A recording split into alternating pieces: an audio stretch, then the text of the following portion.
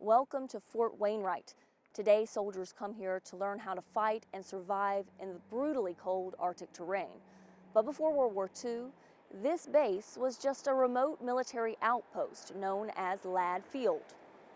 After Allies went to war to stop Germany's aggressive military annexations, Congress in 1941 established a Lend-Lease Act to supply military aid and weapons to Russia and others fighting Germany and the Axis powers.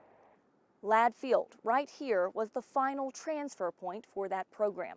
From 1941 to 1945, American pilots delivered nearly 8,000 aircraft to Russian pilots, who then flew them across the Bering Strait to Russian territory. Just a few minutes' drive from here, in the heart of Fairbanks, there is a monument honoring the military cooperation between Russia and the United States. But today, that cooperation feels like ancient history.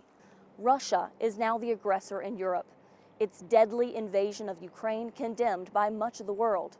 I went to that monument with Alaskan Senator Dan Sullivan, who sits on the Armed Services Committee and who spoke to me about Congress's new Lend-Lease Act. There's a couple great quotes on this statue, but it talks about Winston Churchill saying that American industrial production was what was key to winning the war in Europe. We passed another version of the Lend-Lease program. It was actually called the Lend-Lease program, with the goal of getting equipment, American equipment, as quickly as possible to the Ukrainians to defeat the Russians. So it's about a 180 in terms of the whole point of Lend-Lease, but obviously Russia is now the target, not the beneficiary. The United States has so far provided nearly $4 billion in arms and equipment to Ukraine since Russia invaded on February 24th. And President Biden has asked Congress for $33 billion in additional funds for Ukraine through September.